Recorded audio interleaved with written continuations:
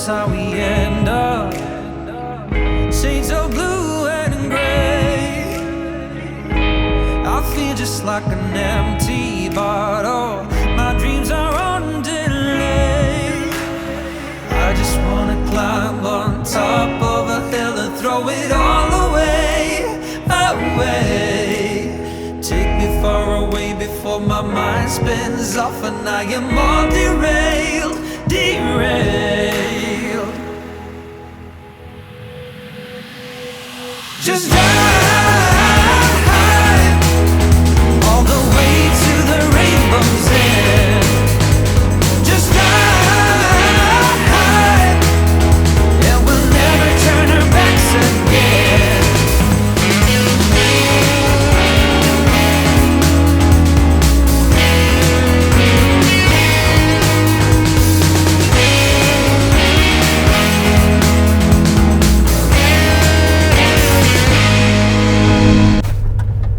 Out to do some scouting. We got an elk hunt coming up in November. We got a group of guys coming up at my buddy's house in Gunnison, Colorado, in the Gunnison area anyway.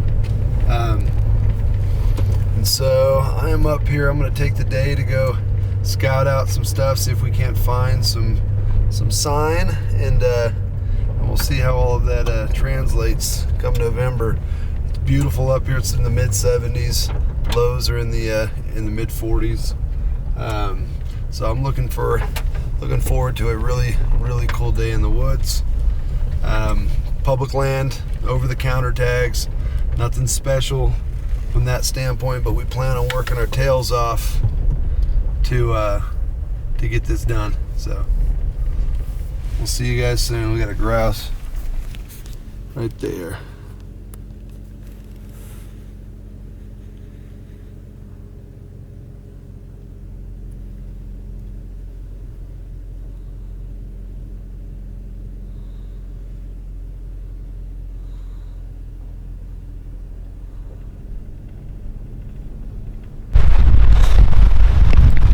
Alright, so we just pulled into the parking lot at the trailhead.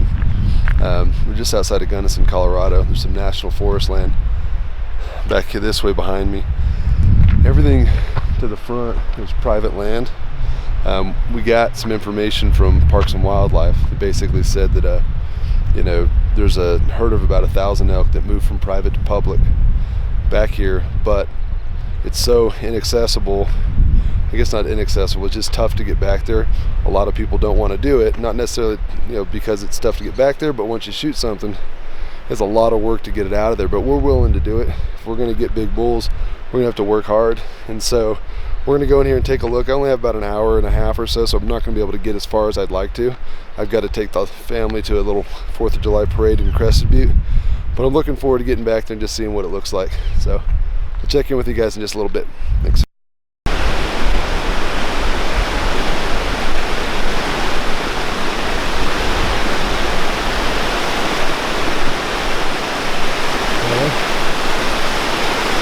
That ends this hike pretty quick.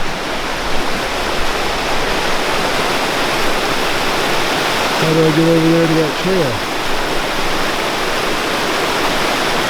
Yeah.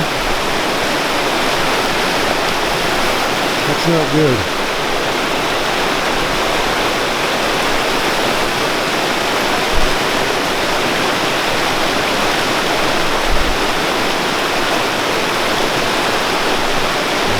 That's never a really great sign.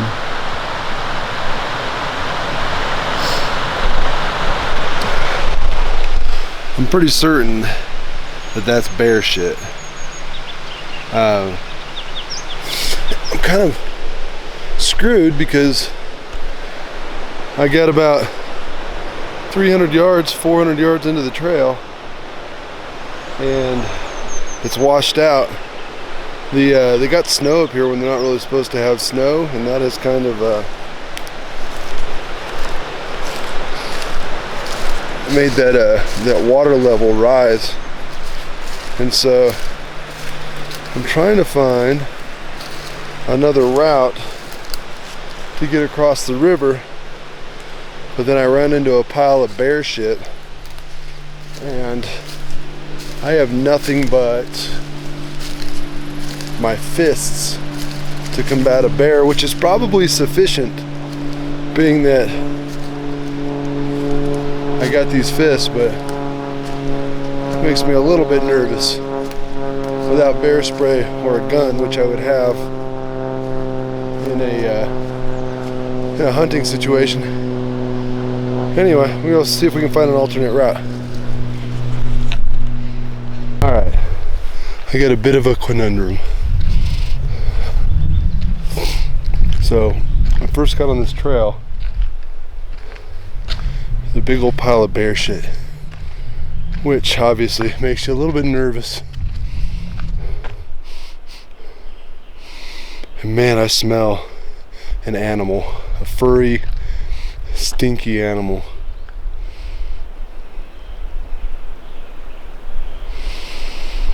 Right here. And I've smelled elk before a lot of times. It doesn't smell like an elk. I'm not saying it's a bear. Oh. But it's something other than an elk, and it's stinky and furry. I don't know if it's furry, but it's definitely stinky. But I'm assuming it's furry, because everything out here is furry. Anyway, this is going to be interesting. If I get eaten by a bear, I'm going to try to get it on camera. The entire thing, like, even as he's like getting the last bit of meat off the bone, hopefully I'll be like, I can get this last shot, and it'll all work out for the better. Alright, I'm a little nervous.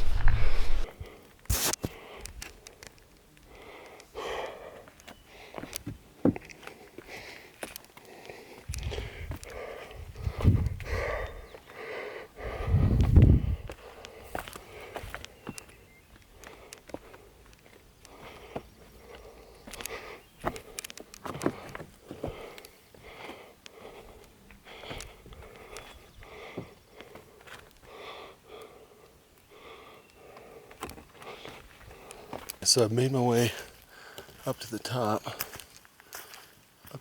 of Flat Top Mountain. I can already see both deer and elk sign. Some elk poo, some trails, a ton of rubs. Matter of fact, there's a road right there.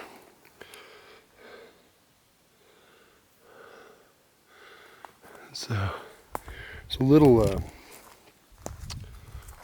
meadow out here. Looks like it has some activity around the edges. I mean, all this stuff in here is a bunch of rubs, lots of elk crap. Nothing like from today, but you know, from probably yesterday, maybe last night. You know, it's dried out a little bit, but definitely recent. I mean, I probably counted from here. There's a rub there. I probably counted 20 rubs, you know, in here, and so it's looks good as far as sign. I mean, obviously when they're rubbing, that's going to be a different time of year than when we're here, but I know they're in the area. Some elk tracks, you can see that, and a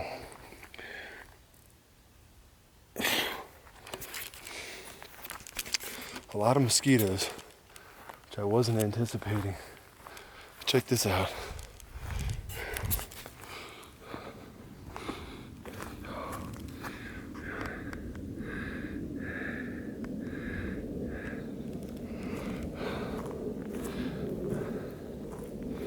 Some rubs here.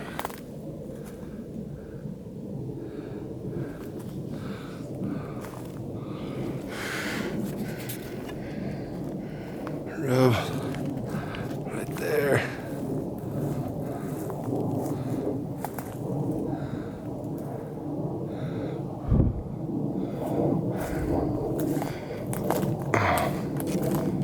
Went out into this meadow. We've got a rub, a nice rub, there, a rub. just make our way around.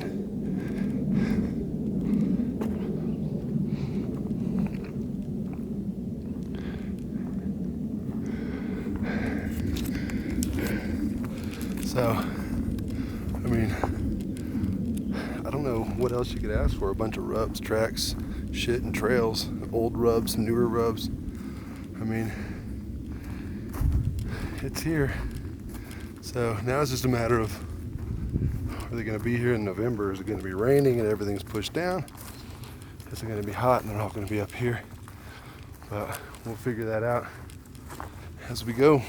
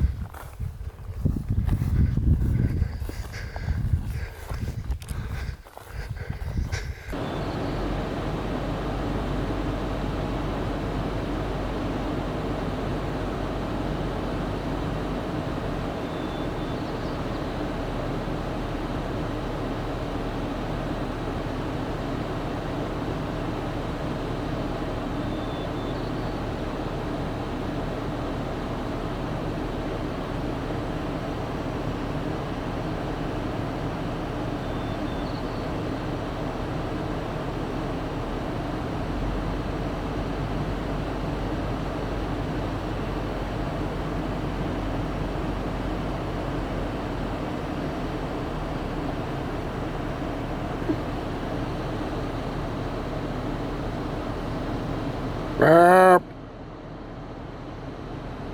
Burp.